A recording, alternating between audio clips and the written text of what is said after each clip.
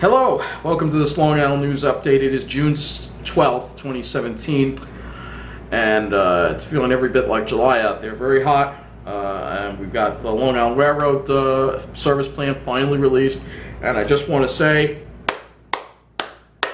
great service plan. Great service plan. So let's get to the service plan. Let's get right to it here.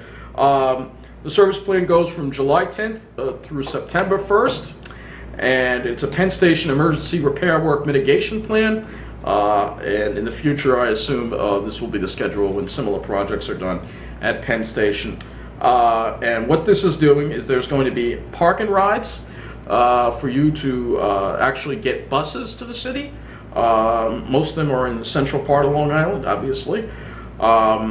There's free transfers to the subway, and there's also ferry service from Glen Cove.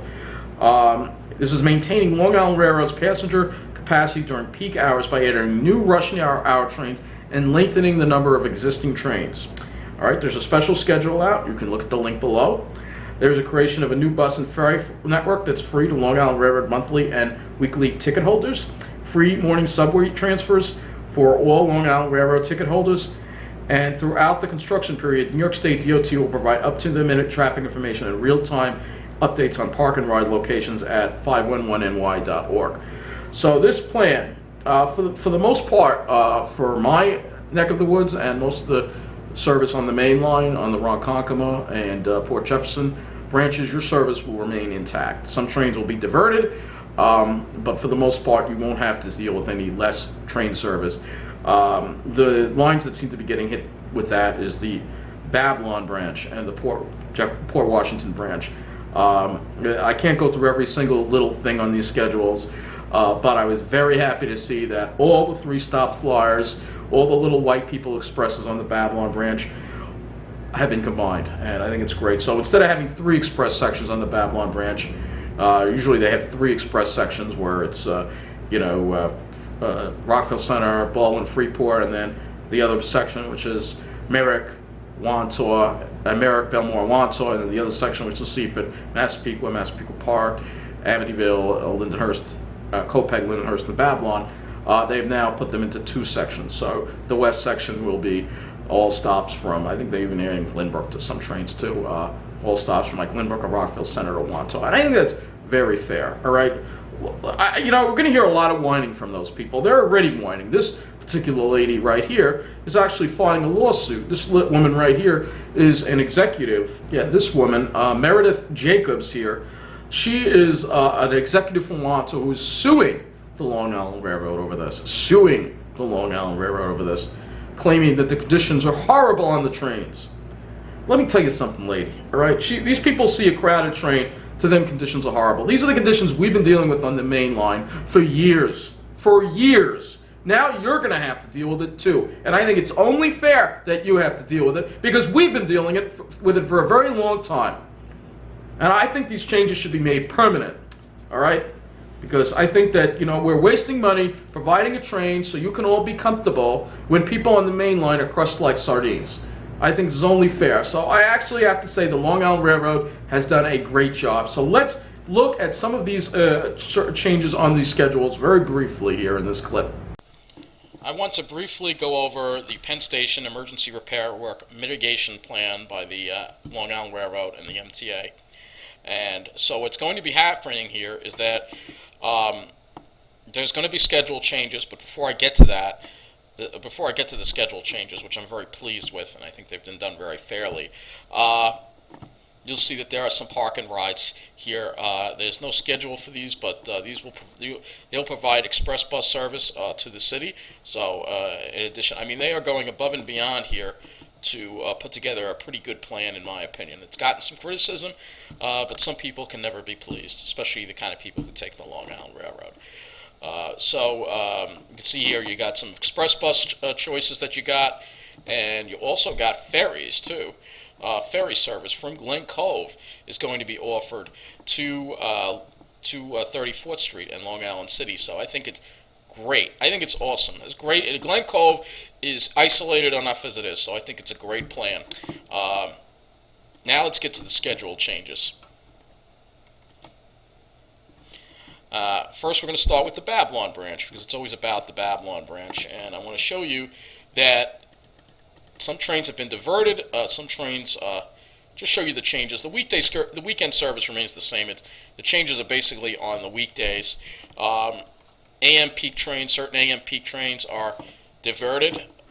Let's see if we can zoom this in a little more here, so you can see. We can get this lower here and show you that certain AM peak trains are going to be diverted. Zoom in a little more. And you can see here certain AM peak trains are diverted. And some trains are combined. Some trains are diverted, some trains are combined. I think it's very fair because the Babylon branch gets the most service, therefore they get the most impact by this. And I'm very pleased to see that all the 3-stop flyers in the evening have been combined, every single one of them. Great. I think this is long overdue. I actually think it should stay this way on a permanent basis. Oh, the Babylon whiners are going to, but I don't see those trains crowded. All right. And so all of them combined, so all the flyers have been combined.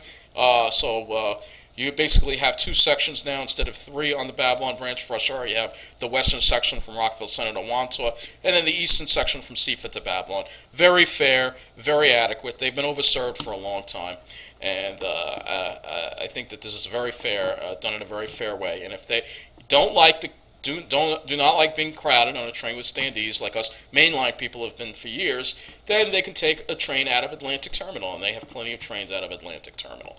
So that's the impact for the Babylon branch. I'm just going over this briefly. You can look at the schedules. I'll provide the links in the video. I'm just going to go over the Port Jefferson branch here, my branch. We have some changes too. We don't have nearly as much of an impact, but some of our trains have been diverted here in Westbury in the morning to show you here that there's been some diversions here. The 625 is now going to go to be diverted to Atlantic Terminal. I think it's Atlantic Terminal. And certain trains are actually adding stops in Westbury. A lot of our trains are left alone, but certain trains have added stops. I don't know. Our schedule pretty much looks the same, actually. It is the same.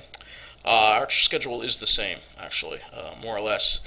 All our trains are pretty much the same here, I think. This train might be diverted here, this one. But most of them are the same. Some of the 3-stop flyers from Huntington may have been combined, but most of them haven't. Most of the flyers on the Huntington and the Ronkonkoma branch have been left alone because those are high ridership flyers, so much higher than the Babylon branch. We'll look at the PM here. I can't go over every single thing. Let's see here. Some of our trains. Let's see, Westbury. All right. Yeah, some of the trains have some added stops. And yeah, some of them come out of Atlantic, some of them come out of Atlantic, yeah. But most of them are really, I think it's pretty fair. I think it's pretty fairly done, actually. This is a change due to the Hicksville platform that there's going to be chances with Westbury. We get extra service because of that. This is complying more with Title VI, and these are the schedules I like to see. Look at the Ronkonkoma branch. I can't go over every single train. I mean, they're making a big deal out of this, but it's really not that bad at all. The only people that are really getting hit hard. I can't show all of these because it's just going to take too long. I'm just going to give you an idea of the changes. I'll provide the links to the actual schedules in this video. Ronkonkoma, they're not touching any Ronkonkoma trains, it looks like. So that's good too. So that's fair. So you can look at the rest of the schedules in the links in this video.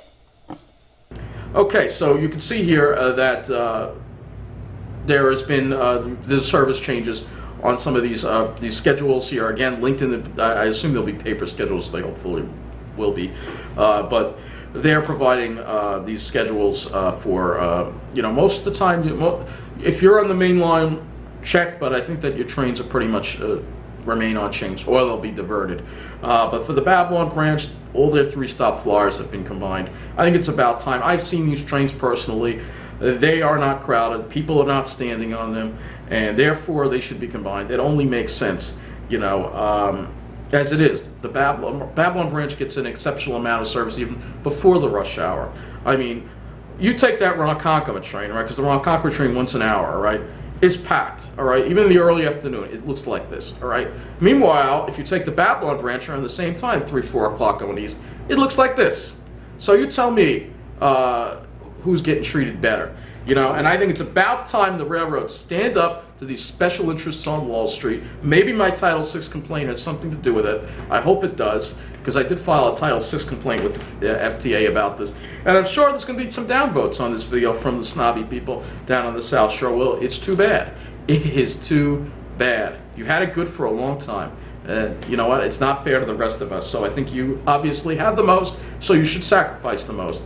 Yeah, the way I feel about train service and the way I feel about money is the same thing. It's just like when there's a financial crunch in a county like ours. Why are we cutting services that the poor depend on, and we should be raising taxes on the rich? Yeah, that's a progressive leftist view, whatever you want to call it. Like I said, my political compass, I actually took the political compass test, and I'm actually quite in the middle, I think, maybe a little bit to the right. But, you know, certain things, I'm conservative with the law, but when it comes to and when it comes to freedom, I'm conservative with freedom, you know. But when it comes to income, and when it comes to whenever there's a problem, it should always be the rich that have to sacrifice the most. And that's something I've believed in my whole life. That's never going to change. Nightmare summer commute that the media is blowing up out of proportion, as always, because the rich people take the train. What about the nightmare nice bus riders have to deal with, seeing their service cut, riding buses with no air conditioning? Yes, yesterday I saw a bus 1890, and it was on the N35 all day because I saw it later on, and it had no AC on it. The windows were all open. Why is nobody talking about the hell that nice bus riders have gone through for years now? Nobody's talking about it because they're not rich. The media only cares about what rich people think. That's why I do this news thing, because I'm tired of the slant on the media only care about the rich. It's just like with Trump. Oh, they're picking on him about this whole Russia thing. There's so many other things Trump has done they're not talking about, like Jared Kushner. And we have a cancer in the White House called Jared Kushner, an out of control elitist, a Democrat, somebody who's taking money from Soros, somebody who's actually trying to stop all the things that Trump wanted to do, like deporting the illegals. We have him in the White House. However, I think that the illegals may be starting to go away. I have not seen them out in town. I have not seen them out. I thought the past couple of days would be terrible, and actually here in Westbury was not bad at all. So I don't know what's going on. Maybe they're rounding. Maybe Jeff Sessions. That's why they're going after him now. They're going after Jeff Sessions because Jeff Sessions, he's a tough guy. I know he definitely wants to deport every single illegal. So and I think that's great. So, and you have these other people. Freeport. We have a loitering problem in Freeport with illegals. It's along the tracks. I've talked about it before. And so now I know why these problems in Freeport are recurring.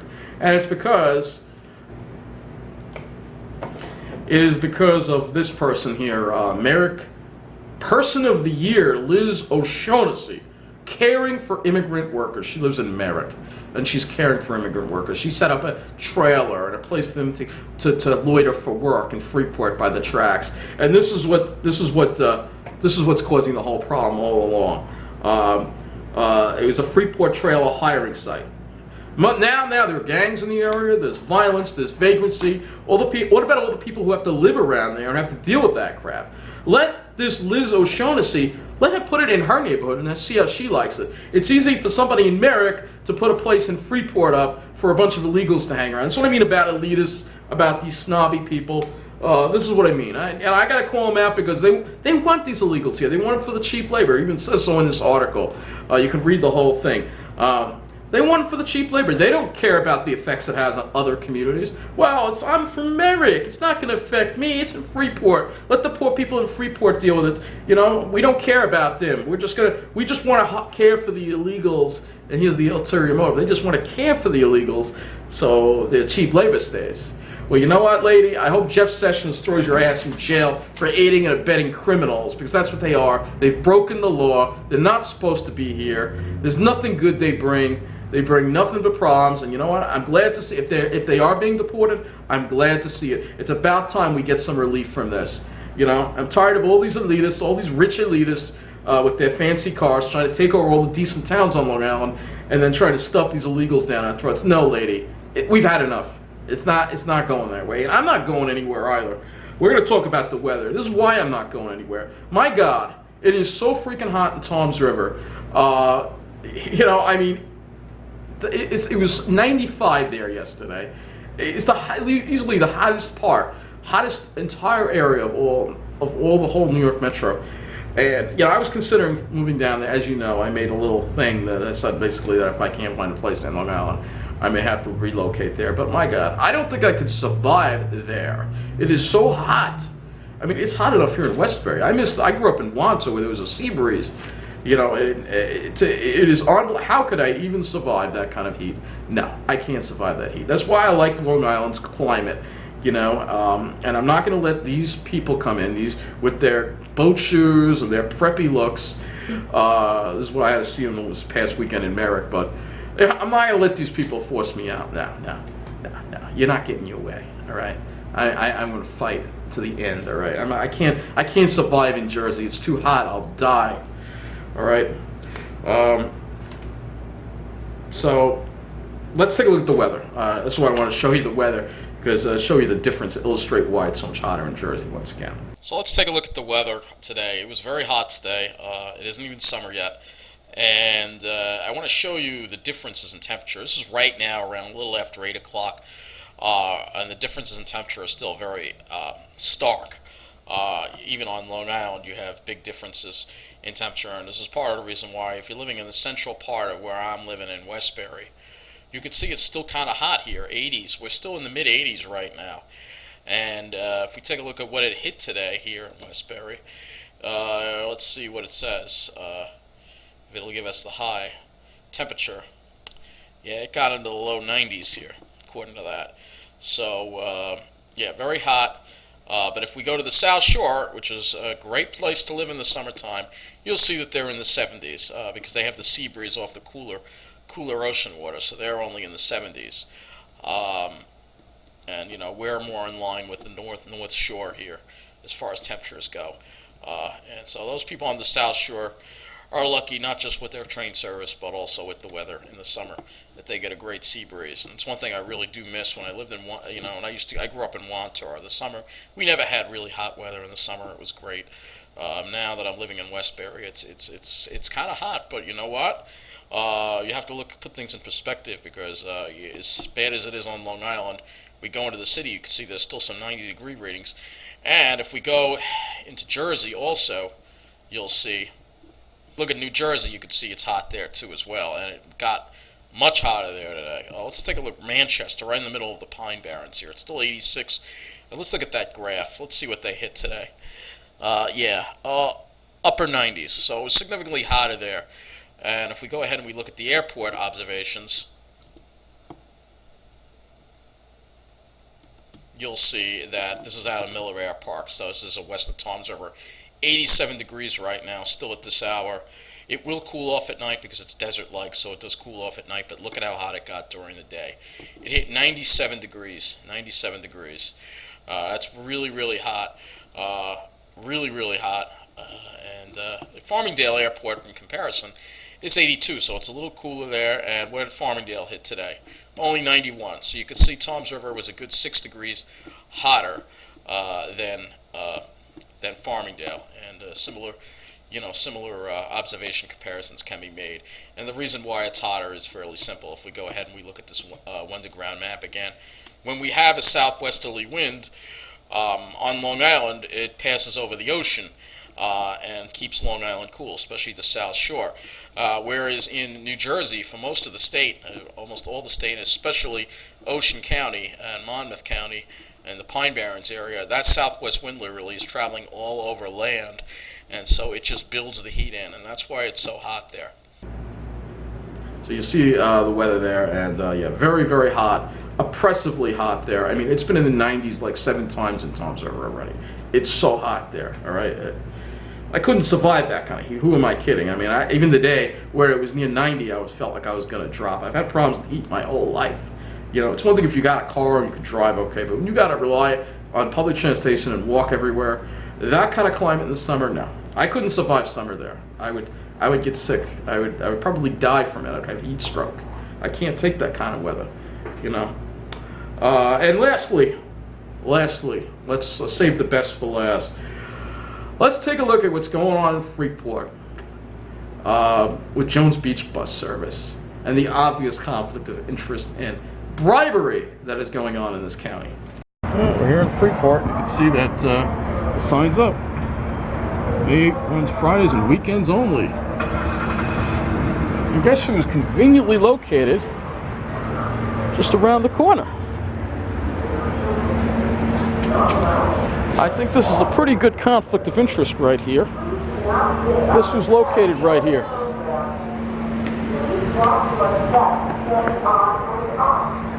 All Island. That's who's located here. I think that's a pretty good conflict of interest, don't you think? All Island is located right now. Isn't it convenient? Look at all the business these taxis are doing. This is an obvious case of bribery. Obviously, the county has been bribed by All Island to not provide bus service weekdays this summer by these taxi companies, by Lawrence Blessinger. And the FBI, Department of Justice, need to investigate this. So you have the bribery there. You know, it's interesting that the signs are there. There won't be any service on weekdays this summer. And the taxis are all lined up, and All Island is conveniently located right next to the station. I think it's pretty obvious why they cut the Jones Beach bus service on the weekdays, because they know that there's going to be a Blessinger was there. He bribed Mangano. I really want to see this guy go to jail for a long time, and I want this to come out. The FBI needs to look at this. So that is it for this news. Stay cool.